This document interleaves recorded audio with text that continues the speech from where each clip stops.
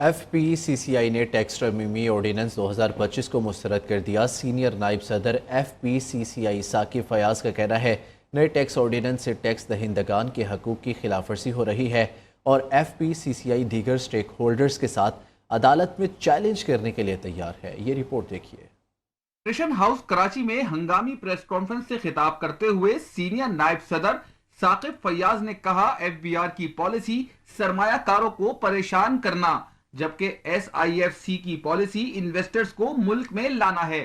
F B are کی ناقص policy سے وزیر اعظم کے $100 ارب کا برآمدی ہدف حاصل نہیں ہوگا۔ ٹیکس ترمیم 2025 سے کرپشن کے نئے دروازے کھل جائیں گے اور سرمایہ کاروں کو خوفزدہ کیا جائے گا۔ ایس آئی ایف سی تو جو بھی اکنامک پالیسیز جو ہیں وہ اس کے اندر اس کا اقدار ہے اور میں ایس آئی ایف سی سے بالکل اپیل کرتے ہیں کہ کیونکہ ان کی یہ پالیسی ہے کہ انویسٹمنٹ آئے تو ان قوانین جو ایس آر اوز ایشو ہوئے ہیں یہ پچھلے ایک مہینے میں اور جو یہ آرڈیننس آیا ہے یہ جو ہے یہ اینٹی انویسٹمنٹ جو ہے وہ سارے قوانین اینٹی انویسٹمنٹ۔ نائب صدر امان پراچا نے کہا حکومت اور بزنس کمیونٹی میں اعتماد کا فقدان ہے، اگر یہی صورتحال رہی تو ٹیکس وصولی کا ہدف حاصل نہیں ہوگا۔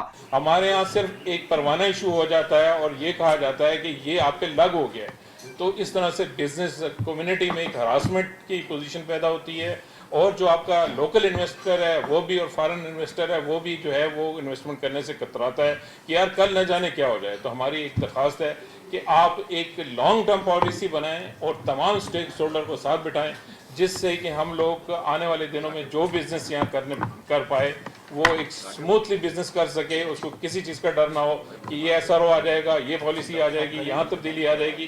وہ اپنی جو پروڈکٹ پہ کاسٹ فکس کرے اس کے اوپر وہ قائم رہے کہ وہ 10 سال 15 سال کی پالیسی ہونی چاہیے۔ پیپلز پارٹی کے رکن قومی اسمبلی ڈاکٹر مرزا اختیار بیگ نے دعویٰ کیا حکومت کیپیسٹی پاور بند کرنے کے حوالے سے بل لا رہی ہے۔ کیپیسٹی پاور کے حوالے سے ایک اہم اجلاس وزیر اعلیٰ ہاؤس سندھ میں ہوگا۔ نائب صدر ناصر خان نے کہا دشمن صرف بارڈر پر ہی نہیں بلکہ پالیسی میکرز کی شکل میں اندر بیٹھے ہیں۔